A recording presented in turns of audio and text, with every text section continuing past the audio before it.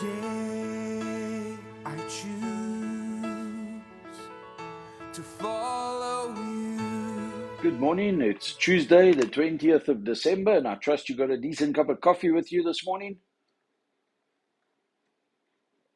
This is Coffee with God.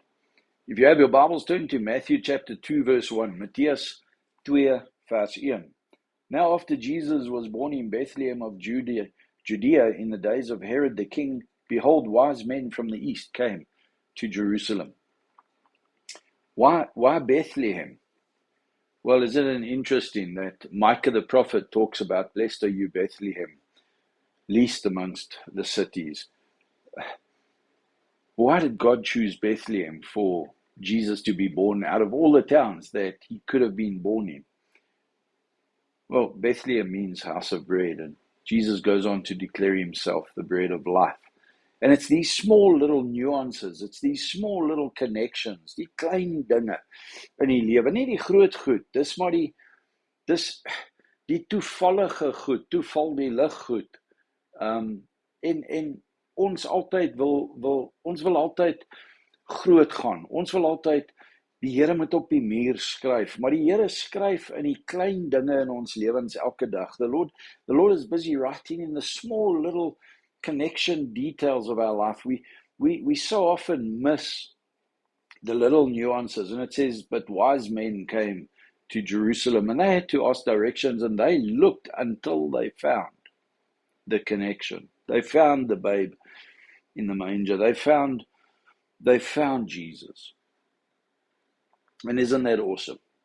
You and I need to be wise in how we look into our lives, how we see in the small little coincidental things, the things that you can so easily overlook. A nondescript little town called Bethlehem, house of bread. Well, where would you look for the one who's the bread of life but in the house of bread? So,